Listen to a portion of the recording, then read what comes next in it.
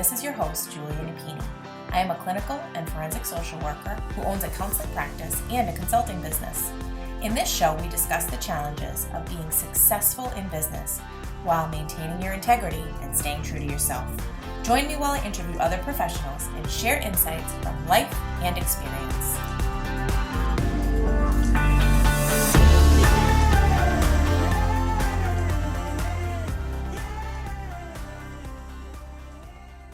Let's talk about RingRx, our latest sponsor. RingRx is a high-quality, HIPAA-compliant telephone, text, and fax communications platform. They provide seamless, cost-effective communications for behavioral therapists, medical practices, hospitals, and other healthcare providers.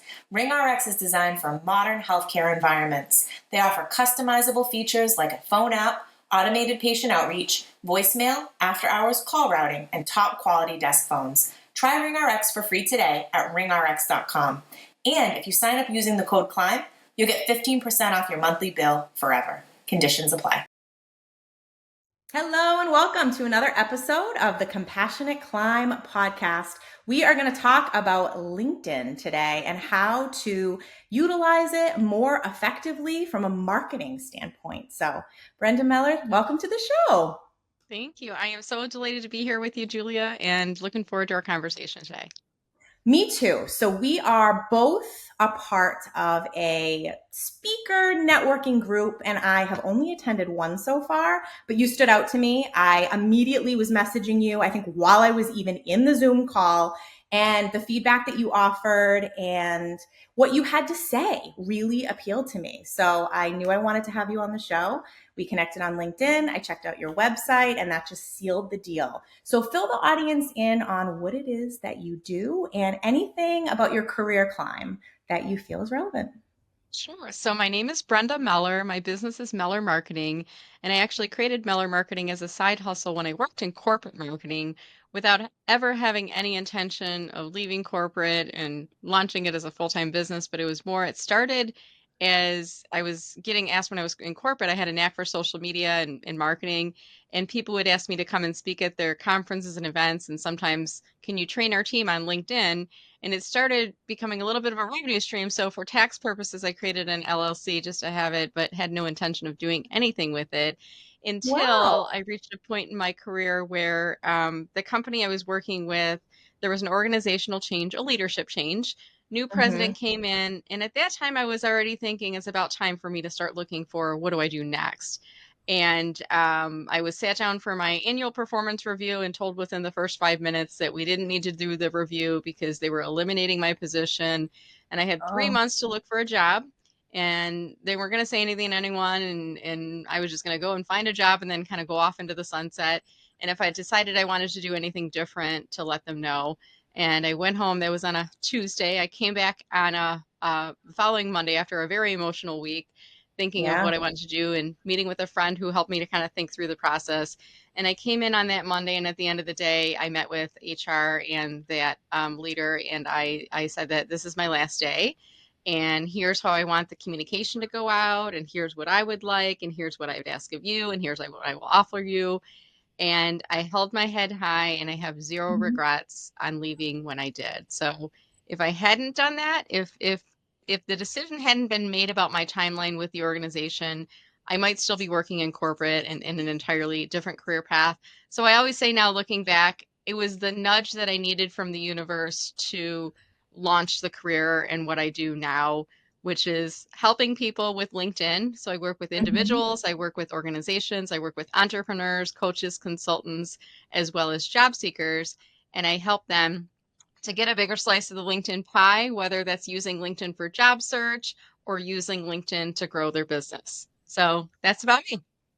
Wow. So I definitely have to commend you for how you handled a situation that was unexpected. Good thing you had the side hustle going. And yeah, I definitely can understand how the universe sometimes throws us a curveball, but it's all in how we handle it. And you've definitely embraced it. So how long ago was that? That was 7 years ago. So I can talk about it a little bit more from a distance now, as opposed to when you're right in the thick of it. It's a very emotional process to go through. And my advice for any of your listeners who might be going through something similar or experiencing something similar in the future is embrace the emotions, allow yourself to feel the emotions, but at some point you have to stop feeling the emotions and you have to be productive with your time and your energy and figure out what's next for you. So I'm glad I did because, I think if we suppress those emotions, we have to go through therapy to get rid of what it means to us. I allowed myself to feel them, but I always trying to maintain who I was through the process and hold my head high throughout everything. And I have no regrets. I think back now, the last week that I worked for that organization, I was putting together the marketing strategy for the year, a full media plan, plans with working with our partners and vendors and agencies. And I worked until like 3 o'clock the last Friday I would like work basically till the last hour I was being on the clock, so to speak. And I think they ended up not even using any of those plans at all. But I would have, knowing what I know now, I still would have done it because I didn't want to leave my team and my vendors and my agency partners hanging. So, Right. we just do what we do. We are who we are, and Mhm. consistently, even if I knew what I knew now, I still would have done it because that's just the kind of person I am. Yeah. Well, and why Mhm. you were able to hold your head high throughout the whole experience. So, Mhm. Yep. so Mhm. why LinkedIn? There are obviously a lot of avenues. Why was that the lane that you ultimately chose to focus on? Yeah, great question. So back when social media first came on the scene, like Facebook was like all the rage, and there was Hmm. MySpace and other places and things too. But when Facebook was on, it was all of my friends were getting on and they're like, "Oh, you got to get on." And at the time I was very anti-social media. I did not want to do this, thing where you're sharing with people and reconnecting with people from high school and old boyfriends and things like that. And when LinkedIn came on, it was a friend who was a very well-respected person who worked in marketing who asked me, she invited me to connect to her LinkedIn network and we were working together. I said, "What is this LinkedIn thing?" And she Yeah. told me a little bit about it. And I guess because it was a professional networking site, it felt like a safe environment. And for Yes, I could see me, I've that. always been a bit of an introvert at heart, so it felt like a easy way for me to build connections, to create my brand without even knowing what that really meant at the time, but really to get involved and to network with and meet people from across the world without having to go to networking events and without sharing things on a personal level. And Hmm. because I had this great marketing background, and LinkedIn, of course, was a newer site, newer technology. I really learned how to use it first for myself and then for the organizations I worked for. And then I Hmm. was able to teach it to others. I just had this knack for kind of teaching and showing people what to do. And when I first launched my business full time, it was at the end of 2017, going into 2018.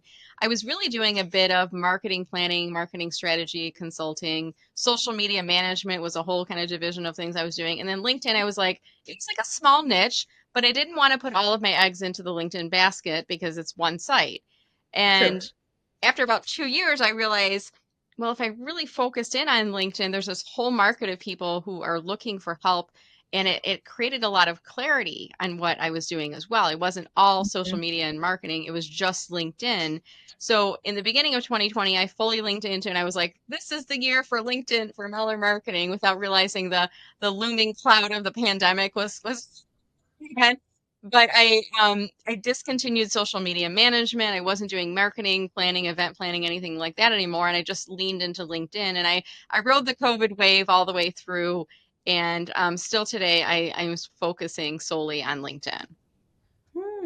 Okay. So, what is it that you've seen through your experience personally, but also in helping others that maybe sets LinkedIn apart?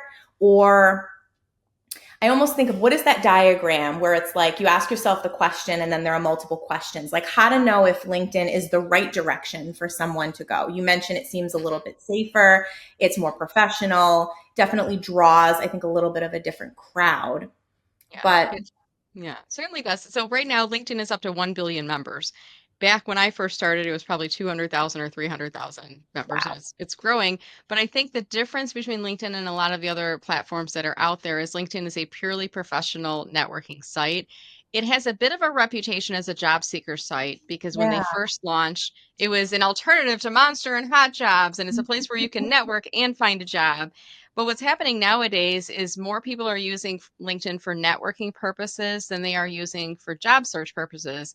There's still a jobs board and it is still a part of the platform, but more people are using it both at an individual level to build up their professional brand, to build up their professional networks, as well as to support their companies and their employers. then are using LinkedIn for job search. So I think what really makes it different is it's got a high degree of credibility and it's a very reliable network. People are who they say that they are on LinkedIn. We don't hide behind avatars as we do sometimes on some of the other platforms and networks. And it's created this like safe environment for professional networking. Whereas I don't know about you, Julia, but on Facebook, I don't accept friend requests if I know you very well. If I know you enough to share photos of my family, and if I know that our beliefs will align, like my values, things like that, right? Whereas on LinkedIn, I'm more open to connecting with anyone from across the world. Now, there is a 30,000 connection limit, and I'm starting to get close to that. So I'm being a bit more selective. But for the Yeah. most part, I think LinkedIn's created a really safe environment for business professionals across every industry to network with each other. Yeah, that makes a lot of sense. So for those Mhm. that are not utilizing LinkedIn or have a profile and are underutilizing it, let's do a deep dive. What would entice them to come over beyond what you've said in terms of the Mhm. professionalism, caliber, people are who they say they are. Yeah. So job search and finding quality employees. What else beyond that? So I would say you can look up on LinkedIn and search for people using filters to see if your ideal target audience is on LinkedIn. So let's say, for example, you're looking to target people who are sales managers in Topeka, Kansas at a certain type of organization in a certain type Right. of industry. You can look them up on LinkedIn. You can do like a search for those individuals, and LinkedIn will show you how many people there are on the platform. And I think that's Wow. one thing that makes LinkedIn unique compared to Facebook and Instagram and some of these other sites. You Right. can't really you can search for individuals, but you can't apply filters to those searches Mhm. to find individuals. So if you're thinking about should I be on LinkedIn or not, I would encourage your audience and your listeners to think about doing a search for your potential customers and seeing if they exist on LinkedIn. The other thing I would have you do is look up your competitors, your major competitors that are in your category. Look at their websites and look and see which social media icons are at the bottom. Usually it's at the bottom, sometimes it's at the top. But click Yes. to see what does their LinkedIn presence look like. Do they have a strong following on their company page? Does it look like their employees are active on there? If they are active, there's a pretty good chance that they know something about your ideal target audience, which is very similar, and you can likely find some new audience members on the platform as well. Those are great tips and very tangible takeaways that anybody listening can play around with. So, do you find that you share the same information on LinkedIn that you do on your business pages on other platforms? That's a great question. And it's probably very more similar on what I share on my business pages on Instagram and on Facebook than what I share on my personal pages on those platforms. I think the difference here is that on LinkedIn, your personal profile is more open and you get more views from your personal posts and items that you're doing on your personal profile than you do on your business page. And a lot of people have both presence for their company as well as for themselves as individuals. It's free to set up a Mhm. company page. I highly recommend it. But I would say that there are some similarities. I recommend people, if you have a business and you have a company page set up on LinkedIn, you should be posting both on your profile on LinkedIn, your professional profile on LinkedIn, as well as on your company page. But the frequency might be a little bit lighter on your company page than on your profile. And there's some different things that you can do on the individual profile that you can't do on your company page. If you spend a little bit more time on the platform, you'll start to understand those nuances. What are some that come to mind? One thing is you can invite people to connect with you on LinkedIn. You can add a personal note when you do that from your Yeah. individual profile. Now, if you've got the free version of LinkedIn, they started limiting. You can only add 5 notes per invitations each month. If you upgrade to premium, you can do that with every single one of them. Whereas on your Mhm. company page, you can invite your connections to follow your page, but there's not a way to add a note to it. So it's a little bit Yes. different. Good point. But in addition, there's some things you can do on your company page that you can't do on your personal profile. For Mhm. example, on your company page, you can see, well, I guess this is similar in your personal profile. You can see who's following your company page. And if they're not first level connections, you can invite them to connect. So there might be people that have visited and found your company page, and following your page is basically them raising their hand. I'm interested in learning more about Meller marketing. And if I'm Right. not connected to them on a personal level, I look at their profile and I determine if I think they'd be a good fit for a connection, possibly a lead for me or a referral partner in the future. And then I might invite them to connect there as well. So there's Okay. some little things that we can do. And I think because your personal profile, your professional profile on LinkedIn has such a large presence, it's Yeah. a bit different than company pages on Instagram and Facebook, where your company page is more of an entity. And unless it's the same as your personal profile, it tends to be a bit more separated. Whereas Mhm. on LinkedIn, your professional profile is really the lead, the hero for your platform. That makes a lot of sense. Okay. So I'm thinking features. So as far as Facebook is concerned, one of the kind of claim to fames on the business side of things is a Facebook group, which I have found Mhm. really helpful in terms of networking locally, but also even a wider audience. What are some Mhm. features on LinkedIn that somebody may not be aware of or might not be utilizing if they have an account but really haven't invested a lot of time? Yeah. So when you mention the word feature, I'm like, well, there's actually a section on your profile called features, Is and there? I didn't. yeah, and it's very similar. I always tell people it's like Pinterest meets LinkedIn because basically when you feature an item, you pin it to your profile. And they really get some really great real estate on your profile. And if you have one item in the featured section, it spans the width of your page. If you have two, they sit like 50-50 width. And if you have three or more, they each get a third of the page. And then there's a little arrow next to it. But I always tell Wow. people the featured section is almost like an end cap when you go to the grocery store because it's very prominent on your profile. And when we think about end caps at the grocery store, the grocers are putting those there because they're featuring, Halloween items or back to school items or holiday items, the things that they want you to put in your cart. And it's something that's unique on your profile. It's a feature. The featured section is a feature that's fairly new. It's been added probably in the past 2 years. And if you haven't used it yet, it's really easy. The next time you do a post, Julia, click on the three dots at the top of the post and you'll see feature this on your profile, and then it will automatically add it into your featured section or pin it, so to speak, into your featured section. So cool. Okay, I had no idea. So this was definitely worthwhile for me. Yeah. So another thought regarding hiring. Have you personally used LinkedIn for hiring for your own business or more helping others to do that? Because I'm curious Yeah, about your experience on there. Yeah, I've done it for both. I when we were back in corporate, actually I found my job, my last corporate job, I found it on LinkedIn, and this was when Okay. LinkedIn was just starting to get big. So I made a direct connection with the hiring manager and I got my name moved up to the top of the stack. And I think at the time he had like received 200 or 300 applications just on LinkedIn alone. That wasn't counting Monster and it wasn't counting through their jobs board. So I figured out how to navigate it myself. And then the organization I was working for was also posting jobs through LinkedIn. We had Hmm. recruited in my marketing department, we had recruited for a graphic designer, a copywriter, multiple interns. I'm trying to think, we had some turnover. So we had a couple of different roles that we were recruiting for in the position. And also, as a self employed coach and consultant, I've recruited for mainly interns. I've done some virtual assistants, but I haven't used the jobs board for that. But I have recruited interns through that as well. And the cool thing on LinkedIn is they do give you a 30-day job posting for free.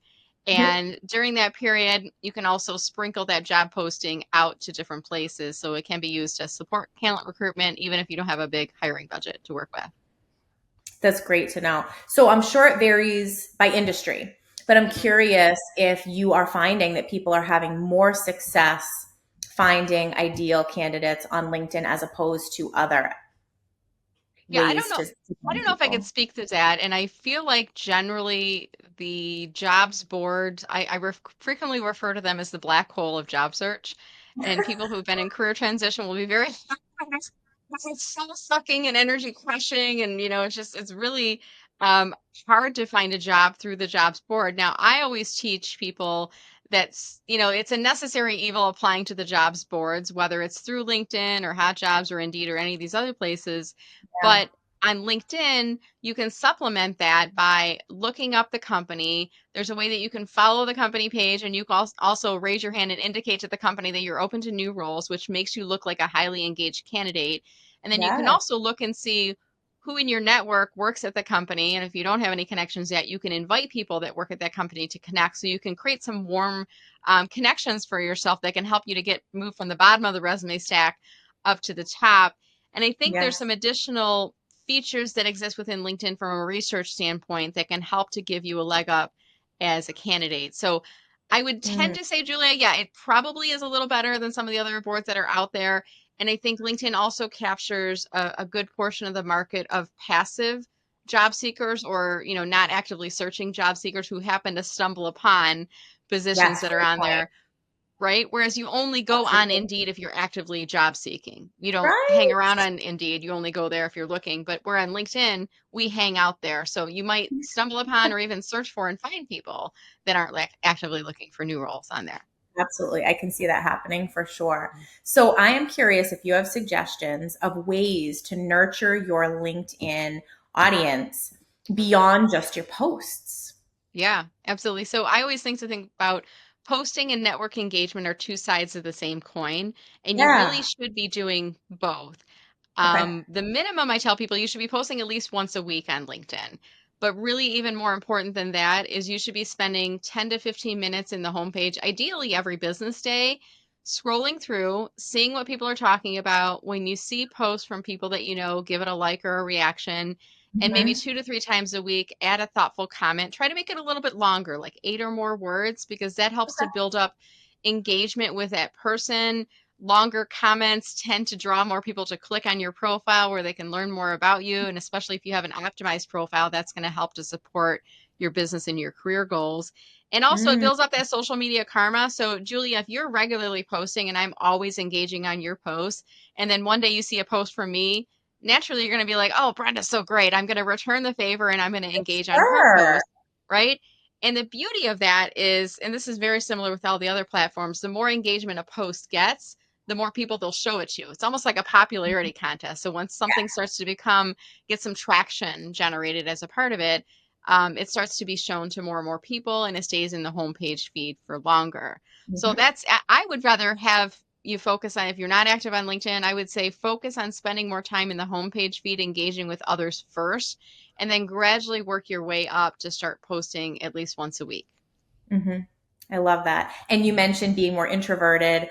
What a nice way to be able to still engage, but do it in a way that's more in alignment and kind of where your energy level is at, and that you can still have a significant impact even with it's more quality over quantity from what it sounds like. Absolutely. It's consistency, but it's also, like you said, more of a lengthy post and somebody that is likely to engage with you, you're more likely to engage with them.